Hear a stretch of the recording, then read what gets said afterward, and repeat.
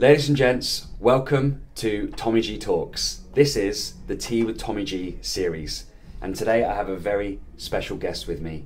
Not only is he a friend, but he has a depth of knowledge around mindset coaching, and him and I share a lot of parallels.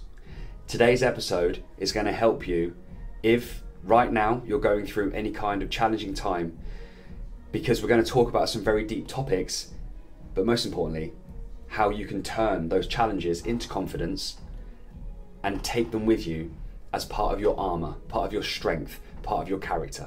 So ladies and gents, without further ado, this is Tea with Tommy G with Harri Pereira.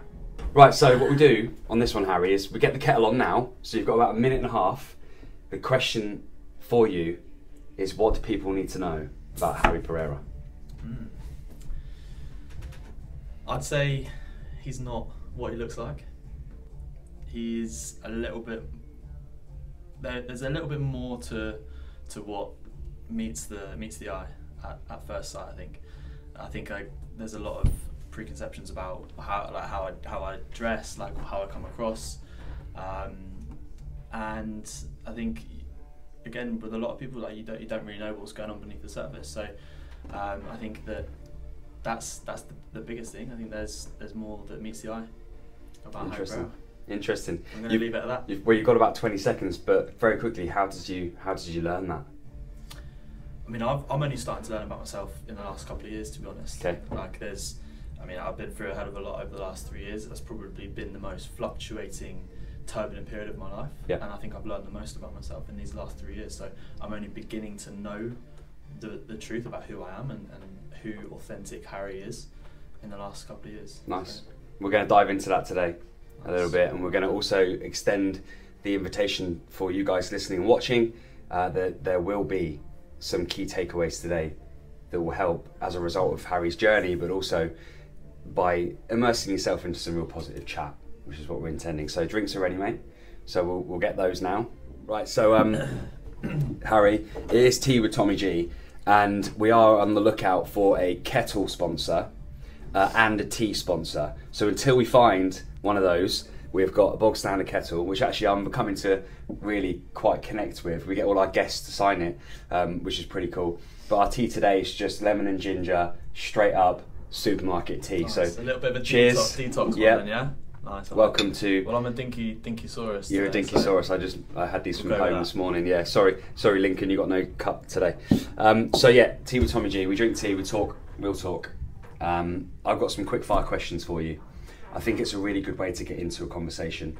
I'll ask you these questions, answer them quite quickly. Some of them you might want to dance with a little bit, and then we can dive deeper into some of the topics as we go. Let's go. You ready? Let's go. Here's a list I prepared earlier. Okay, starting with a nice easy one. What's one book that dramatically influenced your life? 5 Regrets of the Dying. I've never heard of that. You know, it's quick fire, so we'll go into it after. Yeah. But it's the message is simple. Like it's stuff we've all heard before, but it's deep, it's profound, it's emotional, and that just totally changed my perspective on life. Nice. I was expecting that to be like a boring answer, be like, I don't know, like The Alchemist or something like that. Bear in mind, that's probably what I would say. How do you define success, and how do you know when you've achieved it? Success for me is about being on the path to where you want to go. So it's not about achieving the thing, although that's an element of it, of course. You have to be aligned with the person you want to be, the places you want to go, the goals you want to achieve. And as long as you're on that path, somewhere there or thereabouts, that for me is success. I see myself as successful now, even though I've got massive goals that I'm a hell of a long way from right now. So almost like success is a state. It's a state, yeah. Yeah. I think it's definitely a state. And it's there's more to it than just setting yourself a goal and achieving that goal. Mm-hmm. Yeah. That's really interesting. Again, it is quick fire, but we're not going to be able to help ourselves because we're both into similar things. We both have similar professional career paths. It's almost like sometimes if you define success as an achievement, it will inevitably become your past. For sure. Because you will become it. You'll wake up the next day and it was yesterday. Yeah. Whereas you want to take that, you want to have that all the time, which is what That's you're saying. And it, like you said, if you set yourself the goal, you achieve the goal, you're successful, okay? But then what happens after that? Yeah. Are you then not successful because you've set yourself another goal? Sure. So that I'm doesn't make really sense. guilty of that. I'm Really? terrible at that. I went through my whole 20s trying to achieve as much as I could. Again, similar trajectory to you. Stuff happened in life that made me want to just go for it, which we'll obviously dig into.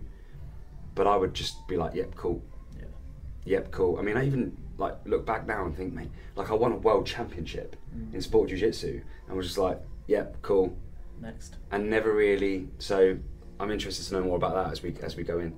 This one's a really cool one. If you had a gigantic billboard anywhere in Dubai, what would it say?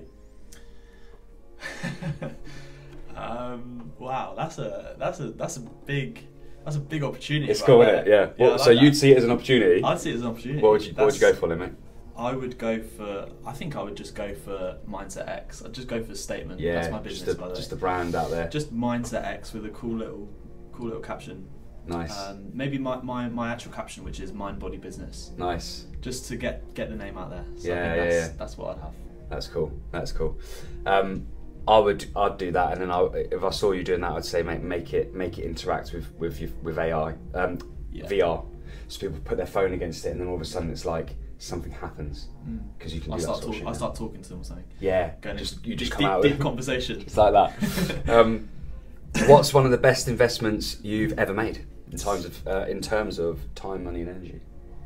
My dog. Your dog. How come? He's changed my life. Yeah. I got him probably in the worst period of my life. Okay. Just after my mum passed away. Yeah.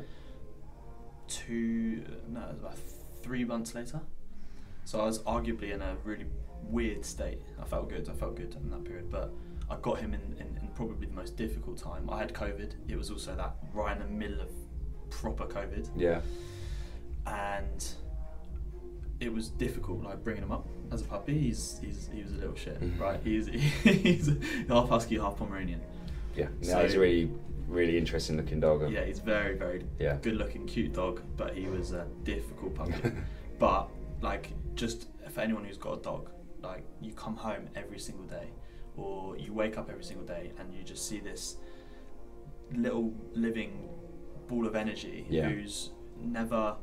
They're never emotional. They're never emotional. They're never up and down. Right? Yeah. They're just the same every single day. Like, they say ignorance is bliss, right? Yeah. So like, they're just they bring your energy up every single day, and it gives me a lot of purpose. So it's changed my life. That's a really simple answer with a complex underbelly, or like an iceberg. And I think actually that's quite reflective of you as a person. Yeah. And maybe what you said, what should we know about Harri Pereira? That's it. There is always more. I think you got a lot of depth, and it's interesting to dive into that here. For sure. All right then, simple, quick fire though. What's your morning routine like in Dubai? 5 a.m. up, 5:30 out with the dog down the beach. No music, no headphones, nothing. Back by 6:30. Straight to my desk. Meditation, a little bit of journaling. This isn't every single day, but it's more or less most days. Meditation, journaling, and then straight to the coffee shop. Nice. For about 4 hours. Deep work in the coffee shop, unless I have calls, which I don't usually. I try not to put calls in the morning. Yep. Okay. Because then I like to have nice, proper deep work, whether it's content, whether it's admin, whether it's planning, preparing stuff. Yeah. And then I have my calls, and that's it. Good. Sounds pretty good, mate. What's a common misconception that people have about life coaching? That it's fluffy. Yeah. That it's that you only need it when you are in a bad place. I've worked with many people who are extremely happy, extremely in great places in their life, very successful, but they want that next level. Yeah. And that's obviously what life coaching, or mindset, what I call it, mindset coaching, can provide for you. Yeah, great. How old are you now? 28. Yeah, so this one is good then. What's something you know now that you wish you knew in your early 20s? Wow, that's a hard quick fire question. I would say to just slow down. To slow down with everything, even conversations. Look surface level, like conversations, just slow down in conversations. Okay. Slow down in life. Yeah. Slow down with anything that you're doing. Just take the time to just actually appreciate it. Yeah, that's a big one as well. Like slowing down, sometimes to almost the point of pausing Yeah. in a moment, I know, again, I can be very guilty of this. Presence is not thinking about something else. It's not thinking, I need this over because I've got to do that thing. Like, I need this done. Like, my kids putting on their shoes and you're going, I need this done because I've got to get in the car. Like, I spend a lot of my morning not present because I'm thinking about the next thing, and it almost like decays my energy. And I feel it, luckily, your self-awareness kicks in, and then you can get to work and you can start to build that back up again. For anyone watching this that thinks, you know, Harry's morning routine, all due respect, is lush, but if you put a couple of kids in there, it does change it. Sure. One thing I love about you is I do see a little bit of myself in you when I perhaps was in my early 20s, mid-20s. With the kids, it does disrupt, of course it does, but you can repair that back up again. Yeah. It just takes a bit of mindfulness and a little bit of time. So I think that's a really interesting one. So anyone watching this now or listening to this now that thinks that's all right for you, what about me? I've got kids, I've got this, I've got that. It's okay if you're not present, as long as you know you're not present. That's it. And then do something to get back again. What do you think? I like it. Yeah. I like it. I was going to say also something that came to mind with that question as well, about what I would like to have known in my early 20s is the fact that we are more robust than we believe we are. Okay. We're more capable of going through X, Y, and Z than we realise, and that's something actually it's probably going to be quite relevant when we talk about going deeper into this stuff in a bit. Yeah. So we'll hold that there. Good man. Okay, we'll have a couple more of these. If you could have dinner with any 3 people, dead or alive, who would they be and why?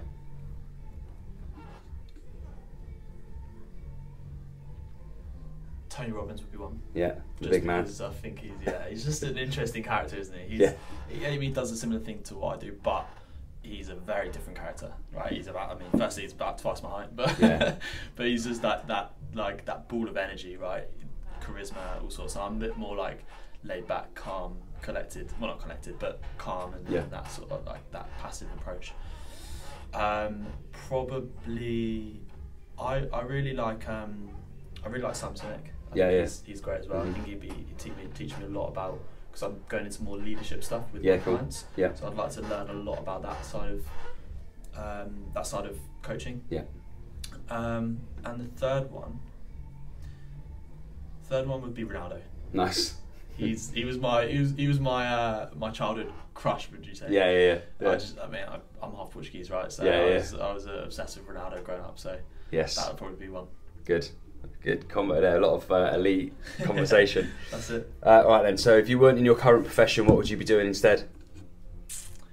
I always wanted to be a CIA agent or some sort of undercover cop. I think that would be just the coolest. It would. One of the coolest jobs. HP investigates. That's it. Yeah. And then last one. What is one question that you wish people would ask you more often? Good questions, aren't they? Yeah, good questions. Very good questions. One question that I wish people would ask me more. What do we...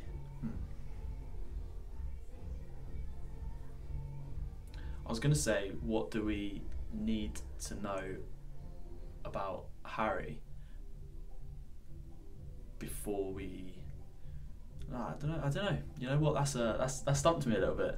Yeah, we'll have to think about it. But when you were talking about that, where were you going with that? What was the destination? I was going to kind of relate it back to what we spoke about, the first question you asked me, right? Okay, yeah. What? Because for me, it kind of annoys me a little bit that people have this preconception about, for like, not just me, but people. Yeah. There's a big judgment. There's a big.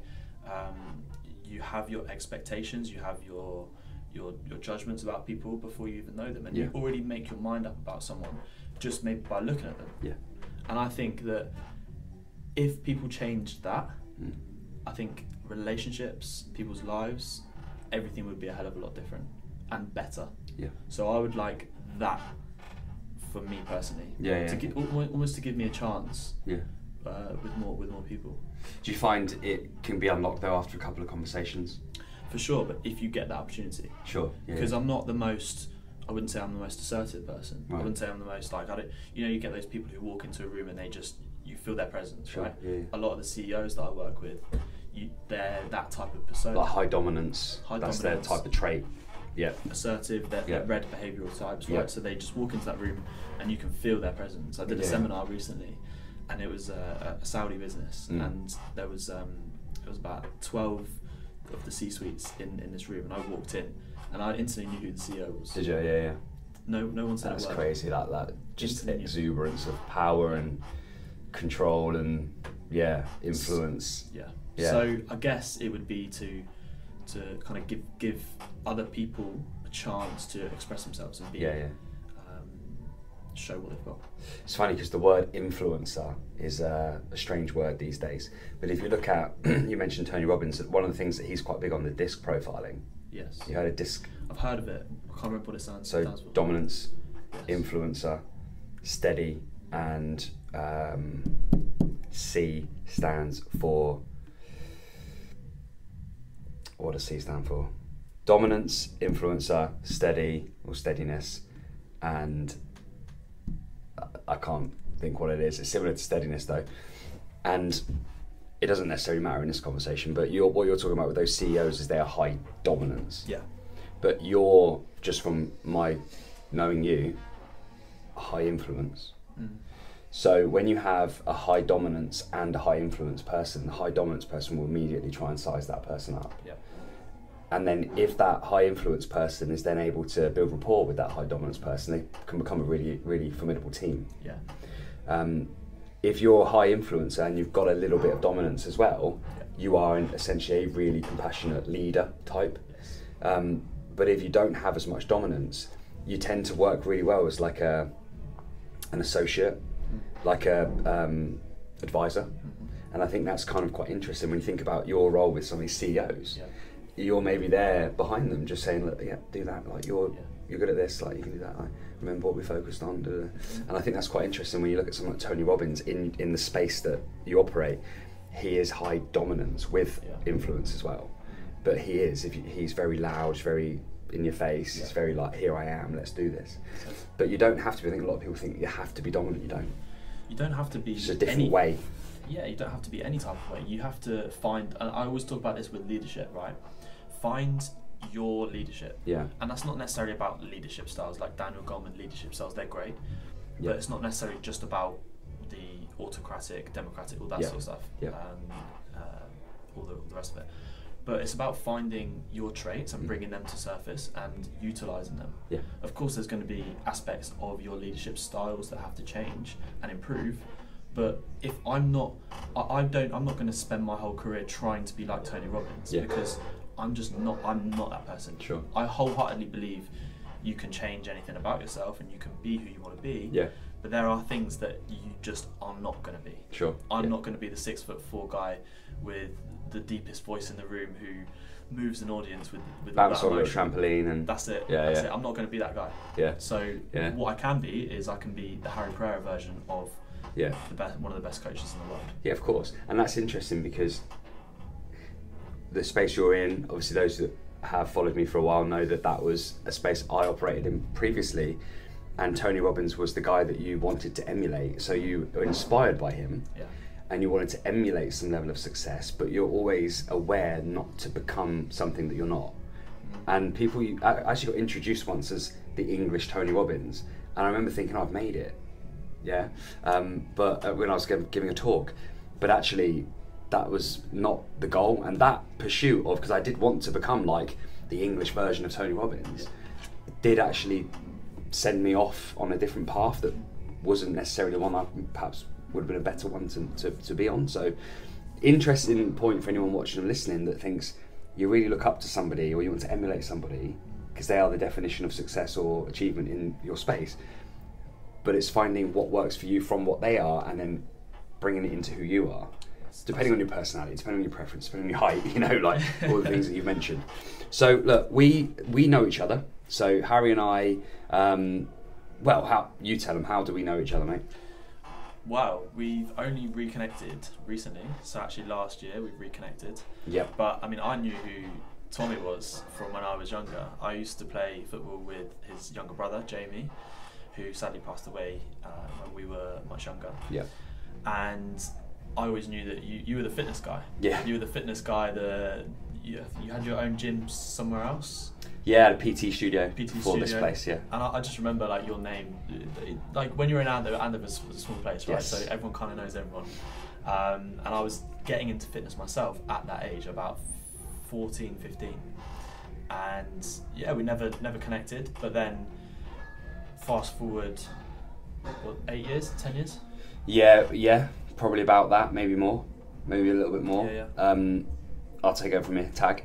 I saw a post of yours on LinkedIn. I didn't know who you were, but I sort of gathered you must be from round here somewhere, maybe from Winchester or something. It's got maybe a Winchester vibe, as me being sort of judgy. Yeah. Oh, he's a Winchester vibe. And I remember thinking, I don't know what it is about this guy. He's saying a lot of things that I say, but I don't know if I like it. I'm like, you know, I'm at that stage where I'm like, oh, I don't know if I, you know, that stage where you're working someone out. Yeah. And then I think Sean O'Sullivan, shout out to Sean, was like a sort of mutual connection, and it was kind of transpired that, you know, that there was an association with people that I know, and then we got talking, and that's when you told me about Jamie, about that you played football with him, and then I realised I do remember you, because I remember coaching him and his team, and I remember you running around like little smiley lad with thick black hair, and I just remember thinking, oh, yeah, okay, that makes sense. Then you and I started talking a little bit more about this, that and the other. This time last year, randomly, we were on a photo shoot together. Yeah. Both had long hair at the time as well. And because you were back from Dubai for a few days, jumped on the opportunity to come and have a chat with you. Now, the main reason, or the main topic that, and we've already talked about it, hinted about it a little bit, there are a lot of people right now, as we approach Christmas, but this happens anytime, because seasonal means not just spring, summer, autumn, winter, not just Christmas, not just the New Year, but also birthdays, anniversary days, specific dates. We all go through seasons, everything changes, yeah? And there are a lot of people right now that might be struggling with one thing in particular, and that is grief. And from the outside, you mentioned about depth, people might look at guys like us and think, oh, you guys, you seem to have got your shit together, you seem like you know what you're doing. But what they might not realise is that we've both had, like a lot of people watching this will have had, a big old punch to the gut in terms of grief in our lives, and that's putting it nicely. So you mentioned my brother Jamie, and those of you that follow along will know a little bit about the story of how Jamie passed away unexpectedly 5 days before his 14th birthday from a heart condition that nobody knew he had. And my life obviously changed from that point. But if you wouldn't mind, would you perhaps share some of your story with people watching and listening, so that we can find out a little bit more about what's going on with you? Yeah, I mean, just to go on what you said a minute ago about how people look at people like us and think, oh, well, they're young guys, right? They've probably not been through a lot. You're a bit younger than me. Yeah, I'll speak for myself here.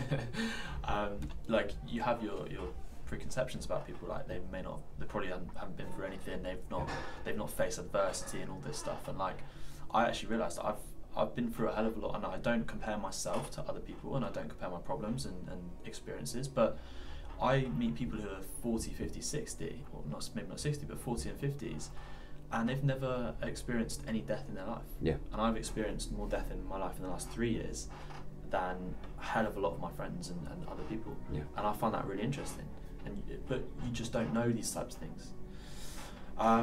So yeah, like as Tommy mentioned, so 2.5 years ago, my mum passed away of cancer, and that was a long battle from 8 years of going through chemo, radiotherapy, all the rest of it. It's like life debilitating. Yeah. That whole process, not even just the end, but that whole process of going through chemo, the radiotherapy, all the medicine, it was life changing. And that, I mean, the moment that she passed away was obviously life changing, as you mentioned as well.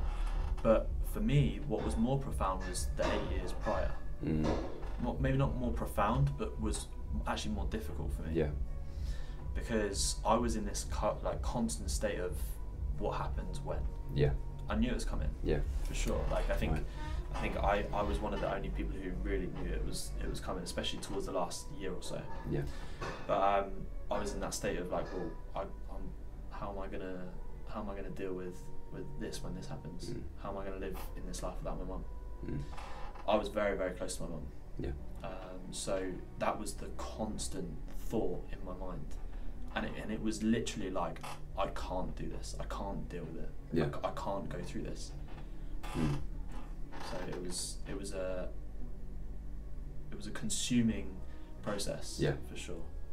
Yeah. Thank you for sharing that, because I think the more we talk about death, the healthier it is for our lives. And I think so many of us go through grief, whether it is in alignment with the circle of life, grandparents, parents, or if it's losing a child. You know, I think about my parents and I think, fucking hell, having 2 kids of my own, I don't know how my mum and dad are still doing bits, like walking about, doing anything.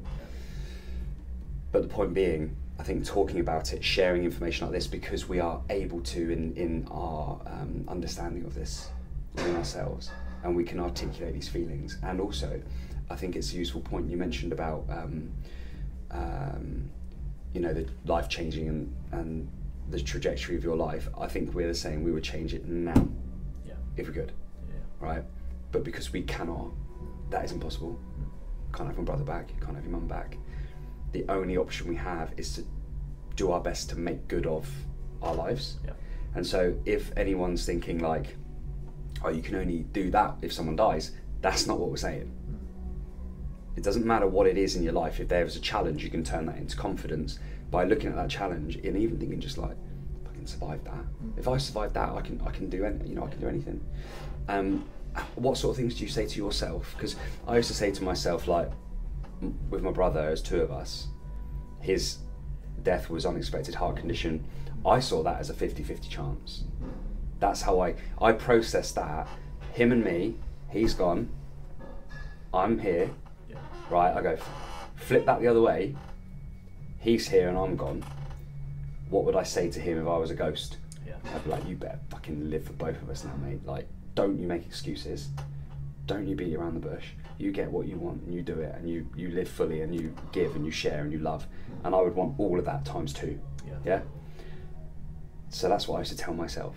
That helped me push on. You are, in your own words, successful, and from the outside achieving a lot, and the courage and bravery to move to Dubai and go chase your dreams there. What sort of things do you tell yourself that might be useful for people to know about? Well, actually, there was one moment that came to mind when you said that, right? So it was the day of her funeral. Okay. So I prepared, me, my brother and my dad were doing a speech, and I wanted to read so as I said earlier, I do a lot of journaling, right? Yep. And I'm so grateful that I had the awareness to do journaling from let's say 3-4 years ago. Right? I don't do it every day, but I do it when I want to. Sure. And I benefit a lot from it. So what I wanted to do is, I wanted to read out. I didn't want to write a speech about Mum. I wanted to read out the journal entry I did when I found out she was. Was it when I think it was the day I got the phone call from my dad to say that she was in palliative care. Okay. Because that's basically, you're being told that your mum is going to die in a matter of days or weeks, right? So that was for me the worst phone call of my entire life, right? Yeah. It wasn't the moment when she died, because we were preparing for it, right? Yeah. But it was the second I got told, this is it, right? So I read out my journal entry at the funeral. But going back to the question about what I say to myself, so I was in the shower, and I have cold showers sometimes, as you probably do as well, a lot of people do these days. I was in the cold shower, it's freezing cold shower, it was February, it was freezing outside, it was like 2-3 degrees, right?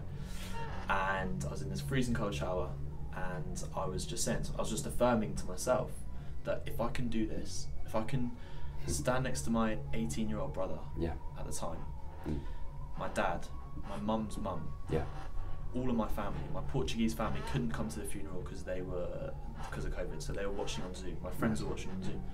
If I can do this and speak at my mum's funeral, read out this journal entry at my mum's funeral in this environment, then I can do anything.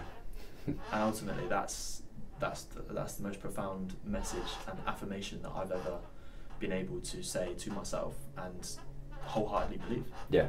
Yeah. So I don't think there's many more things, touch wood, that I'll have to go through. Yeah. Many more. Of course, there is going to be difficult times. Yeah.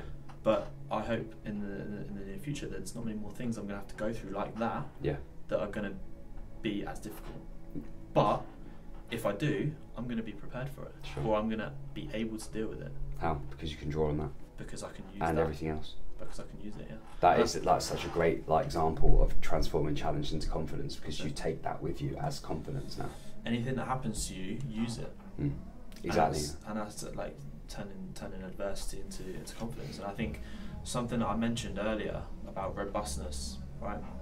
That 8 years before, when I used to say to myself, I can't deal with that, I can't go through that, I can't survive if this happens, right? Speaking about my mum. Yeah. I do believe that there's a common, we have a proclivity to believe that you need, that you can't go through something that you anticipate is going to happen. Like it's like it's an epidemic, right? It's something that is so common because we foresee these challenges and we foresee adversity, but we don't have positive affirmations regarding that adversity. Yeah. We're not like thinking about, okay, well, how are we going to use that experience moving forward? Yeah. But actually, what I realised is that whole 8 years, I have everything I need to get through it. Yeah. I have all the resources, I have all the experience, I have all the ability. And firstly, my mum brought me up in a way to do that, my dad as well. Yeah. Right? So I had everything I needed to get through that experience and use it. Yeah. Because of the way I was brought up, because of everything that I had within myself. Yeah. So what I realised when it did happen, when that day that she did pass away, I was on a whole nother level of motivation. And okay, it was a little bit of a... Mate, I get it. Yeah. It was like fitness challenges, it was selling hats for charity, it was starting new businesses. I was writing business plans in the room next to her in the hospice. It was weird, but that's what it did for me, and that's how I coped. Sure. And I wouldn't change any of it. Yeah, I think that's really key as well. Not wanting to change anything that's already happened, because whether you can relate to this or not, or whether you regret it, because that's possible. Some people might, because I'm aware of this, and I know about you, when I talk about this sort of thing, like I'm so grateful that I got to speak to my brother one last time, and I said, the words I said to him were, I'm proud of you. He was not ill. Yeah. Okay? I walked into the room, he was playing on the Xbox, and he just played football. I watched him play football. They won 1-0, he scored the goal, he was the captain, he just did so well, and he just like looking at me the whole time, seeing, am I watching him? And I went out after the game to do some bits, came home and he was playing the Xbox, and I walked in and I was like, "You're right," and he was like, yeah. And as I turned around and walked out, it sounds like one of them like, "Oh yeah, I'm sure you did," but something just stopped me and went, "Say it." Unbelievable, right? Thinking about it now makes me get like chills, but I was in the door frame facing out. I just turned around, I walked over to him, ruffled his hair and went, "I'm proud of you." That was the last exchange I ever had with him. Okay, I couldn't wish for a better way to see him one more time. And going back to the point, sometimes I say this and I'm like, I'm very aware that some people don't get that. They don't get that chance. And if you're watching this and you think, fuck, like, there's a bit of regret there, that has to be learned from too. Right? It has to be like, okay, well, if I didn't necessarily get the chance to with that person, don't let it happen again. Like with other people. One of my favourite things to think, and sometimes I say it too, is people should have their flowers whilst they can still smell them. Complimenting people, saying, "Listen, I think you're doing a wonderful job." It just goes so far, and it's so simple. You see what, obviously wouldn't be something that you'd want to be doing all the time, but you go to a funeral, and everyone's just talking really well of this person, they can't hear it. Well, who knows, maybe they can, but point is, could have told them that last week. That's it. Could have told them that a month ago. Like those if it's interesting because I've got a younger brother, right? You know my younger brother. Yeah. And there is times where I want to tell him that I'm proud of him. Yeah. But you just there feels like there's some sort of difficulty in that. Yeah. For some reason. Yeah. Yeah. For some reason, and maybe it's because he's a 21-year-old lad and he's a laddie lad and he's a rugby boy and he doesn't talk about emotions and all that. He's a down to earth guy, right? Yeah. But there feels like there's difficulty within those difficult conversations, even with my dad and my other family. Like just saying those more emotional statements or compliments or whatever it is. Yeah. It feels like there's difficulty in that, but remember the last time, what I try to do now is I try and become aware of the fact that that's the thing I know I need to say. Yes. So if I say it, I'm going to feel a hell of a lot better afterwards. Yeah. And I always, and this is actually really interesting because I actually spoke to you about this, my biggest fear in life in general was public speaking. Yeah. And I messaged you earlier this year. About doing my first public speaking event in front of a load of people, and that's not totally relevant right now. But the where I'm going with this is that was my biggest fear, and it was aligned with my business. So I knew I needed to go down that route. Yeah. So for me, it's like, what's where do I want to get to? Okay, I want to get to here. I want to take my business here. I want to be the best mindset coach in the world, whatever. Right. In order to do that, I've got to go through this, and this. Yeah. I have to build confidence in this area, confidence in that area. I have to do maybe seminars, talks, etc. And it's interesting how the thing that scares you the most is the thing that I'm for me personally, I'm drawn to the most. Yeah. So those difficult conversations, when you get that feeling of discomfort, that's a sign you need to say it. 100%. That is it. It's a calling almost. It is a calling, and for sure. It will involve courage, but those are the moments, man. For sure. And when you got that calling in that room with your younger brother, like there will be times like that, and that's a red pill to swallow, right? Yeah, and you can't dine off it either. You have to live it. I don't make it too much about death. It is a really important part of life, but I had the opportunity, the privilege to be next to my granddad when he passed away, and I gave myself a kick up the arse, mate. I knew he was dying, okay? I couldn't talk. And this conscience said to me, you're a hypocrite. Because I used to say, I'm so grateful, you should always tell people, speak your words, have courage to say these things. He says, you're a hypocrite, you can't talk. This is the moment, he's lived a great life, and you've got the honour to be next to him. You've got the privilege to be next to this man. And I couldn't, and then I did. He was non-responsive at that point, but I said, I love you. I just said, I love you, and I swear down, he opened his eyes, grabbed my hands like that, his big hands, he was like 6'5", and he went, just enjoy it. Unbelievable. Again, this moment is a moment I will draw strength from forever. Yet the catalyst for that had to be that courage again. Again, not saying this to make anyone think, oh my God, I wish I could do that. You can next time, and I'm sorry, but there will be a next time. Someone, somewhere, it's just what happens. And so that's why I think it's really important to talk about this topic.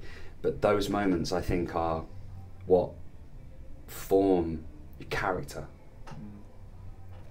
Whether you do something there and you go, I'm glad I did that, or you don't, but learn from it, it always serves a purpose because it's such an intense moment.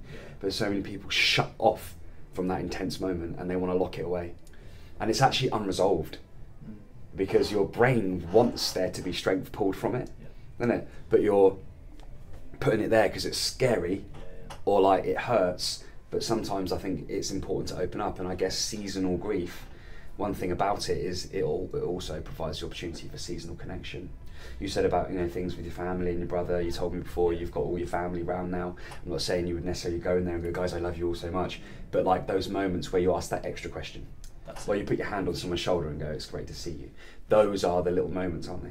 For sure. Yeah. I think it gives you an opportunity, and the most positively morbid thing about death is that it brings your family together. Yeah. If you've got family, of course, but it brings you together with the people that were mutually connected with that person. Yeah. So like my grandma passed away last month, I'm and sorry to- my Portuguese granddad has come over to spend Christmas with us, because otherwise he'd be on his own for the first time in 70 years, Right. 60 years, Yeah. which is crazy, It is.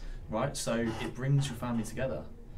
So there's always those positives, but it's still you've got to have the courage to take that one step further if you want to learn from it. Yeah. But I always say about like those, let's say, wins or losses.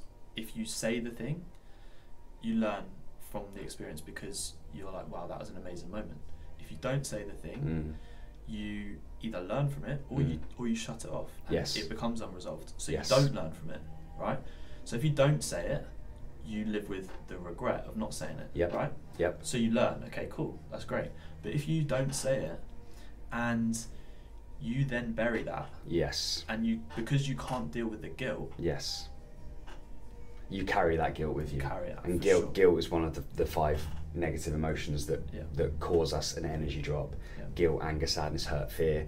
And what will happen is you'll harness and you'll invite actually probably more guilt in other areas, and that guilt will stack, but you'll also open the door for those other emotions, those other negative emotions to weigh you down. Yeah. It sounds so simple, but I think sometimes you've got to put logic to it. You are carrying that around with you. Yeah.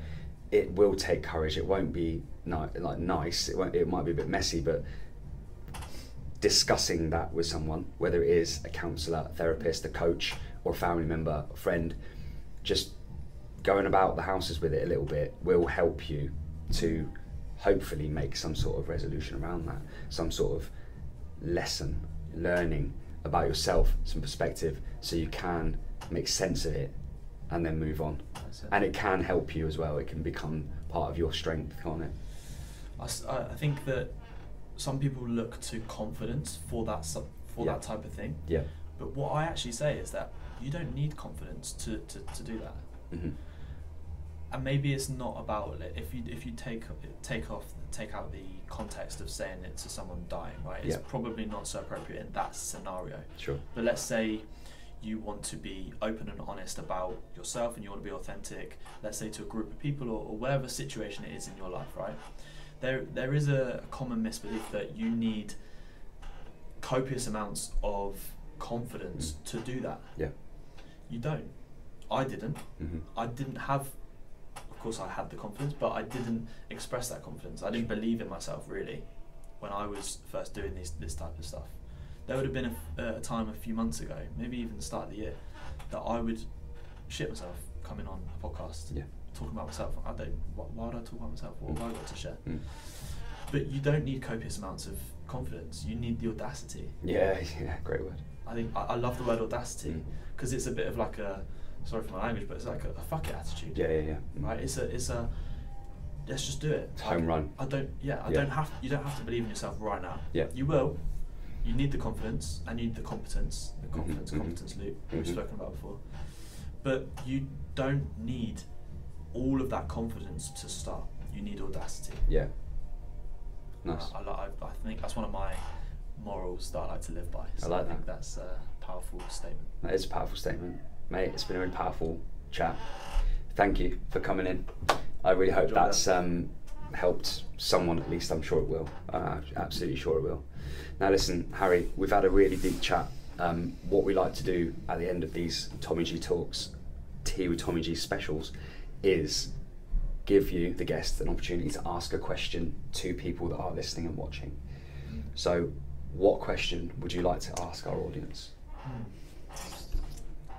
Okay.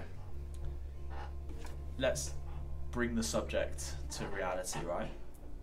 If you had all of the confidence in the world, if you saw yourself as the most confident person there ever was to have lived, what would you be doing with your life? Very cool question. And when people answer that question, what should they put when they tag you? As in how can they find you? Tag you. Okay. It's probably worded that way. Cryptic. So on Instagram at Harri HARRI _Pereira PEREIRA. LinkedIn is the same, Harri.Pereira. My business is Mindset X. So you can find me on all of those places. places. Yeah, great. I'd encourage you to do so. Have some time to think about your answer. Tag Harry, tag myself in the answer as well, so I can see and share it at Tommy Gentleman, pretty much on all the platforms. So listen, thank you for coming in, Harry, making the time whilst you're back in the country. All the best for what the next few months and years bring. You and I are friends, we're going to stay in touch, but I'm very grateful for your time, your energy. Today, I think it's going to help a lot of people, and in a way, it's helped me as well, which I'm very grateful for. So thank you, keep doing what you're doing, because it's inspiring to see. Thank you. Cool. Thank you. Right, mate, so tea with Tommy G guests get to sign the kettle. I've made it. The kettle of one day we'll auction this off. All right, so anywhere around there, again, we are looking for a kettle sponsor, so anyone wants to jump on board, you could have your brand here, and a tea sponsor. If only there was a big old massive tea company in the town we're in right now. Twinnings, Minings, can't think. That'd be cool, then. H. Pereira, there he is. H. Pereira. Signed, hold that then. There it is. Give it a little. There we go. Love Brilliant, it. mate. Thank you. Amazing. I Thank you, appreciate bro. the time and the Thank energy. you. That was Good man, good man. conversation. It was.